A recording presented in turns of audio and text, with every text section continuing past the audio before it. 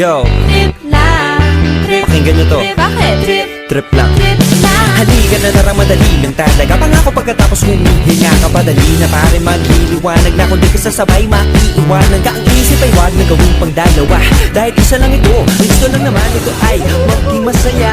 Para di ka mabato ay iwasan mo kung pananatili sa isang lugar. Hindi ko sabihin ay huwag ka papasakop sa takot, huwag ka papasakop. Kapag nangati, di ka matito isipin mo. Tinipan sa lahat ng karanasan mo dito sa mundo. Bilang tao, gano'n pa rin hindi nagbago. Pinakamasaya yung di pinlano. Kasi pag di mo pa alam, nakakatakot pero exciting naman. Yeah! Sumabay lang sibat na ng bahala. Oras na subukan ang di pa nagagawa. Minsan lang kaya magpakaligaya. Mag-enjoy, magsaya, walang mawawala. Trip, trip, trip, trip lang.